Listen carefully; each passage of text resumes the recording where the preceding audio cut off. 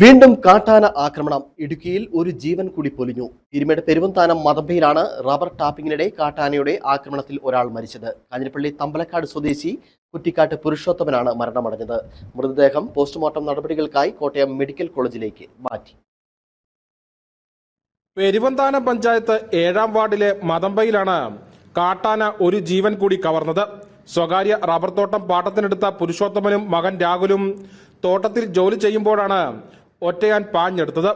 രക്ഷപ്പെടാൻ ശ്രമിച്ച പുരുഷോത്തമനെ കാട്ടാന അടിച്ചു വീഴ്ത്തി ആക്രമിക്കുകയായിരുന്നു. മറ്റു തോട്ടം തൊഴിലാളികൾ എത്തിയാണ് പുരുഷോത്തമനെ എടുത്ത് ആശുപത്രിയിൽ എത്തിച്ചത്. അപ്പോഴേക്കും പുരുഷോത്തമന്റെ ജീവൻ നഷ്ടമായി. തട്ടിയിടുക ചെയ്ത് അലർക്കൊണ്ടുവന്ന് തട്ടിയിട്ടു. നിങ്ങളോട് പാട്ടം എടുത്തേക്കുന്ന സമയത്ത് ആരെങ്കിലും വേറെ ഉണ്ടായിരുന്നു അവിടെ? ഇല്ല, രണ്ടും മാത്രമല്ല. പിന്നെ ആരാ രക്ഷിക്കാൻ വന്ന? രക്ഷിക്കാൻ ഇവിടെ തന്നെ തോട്ടത്തിൽ പണിയെടുത്ത ആൾക്കാരെ വിളിച്ചു വരുത്തുമായിരുന്നു. ഫോറസ്റ്റുകാരെ വിളിച്ചാലും അവർ എത്തിയായിരുന്നു. എന്തെങ്കിലും ഇവിടെ ആനയുടെ ശല്യം ഉണ്ടായിട്ടുണ്ട്? കഴിഞ്ഞ കുറച്ച് ദിവസങ്ങളായി പ്രദേശത്ത് വലിയ കാട്ടാന ശല്യമുണ്ടെന്ന് നാട്ടുകാർ പറയുന്നു.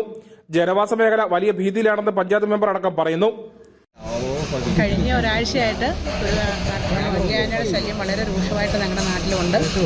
എല്ലാ ദിവസവും അത് വീടുകളുടെ മുറ്റത്തൂടെ വരികയും വാട്ടർ ടാങ്കുകൾ പട്ടിക്കൂടുകളൊക്കെ തകർത്ത് കളയുകയും ഒക്കെ ചെയ്യുന്നൊരു സാഹചര്യമായിരുന്നു. അങ്ങനെ ആൾക്കാരെല്ലാം ഭീതിയിലായിരിക്കുന്ന സമയത്താണ് ഇന്നലെ മിനിഞ്ഞാന്ന് രാത്രി വന്ന വളരെ ഭയങ്കരമായ പ്രശ്നമായിരുന്നു ആന ഇവിടെ സൃഷ്ടിച്ചത്.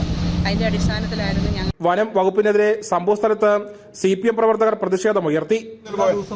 എല്ലാ ദിവസവും വന്നിട്ട് അതിനൊരു പരിഹാരം ഉണ്ടാകുന്നുണ്ടോ?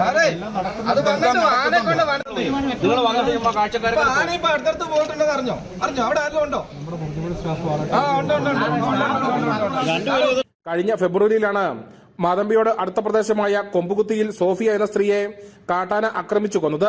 പ്രദേശത്ത് 10ഓളം കാട്ടാനകൾ സ്ഥിരമായി ഇറങ്ങുന്നുണ്ടെന്ന് നാട്ടുകാർ പറയുന്നു. Idukki vision news, Peermade.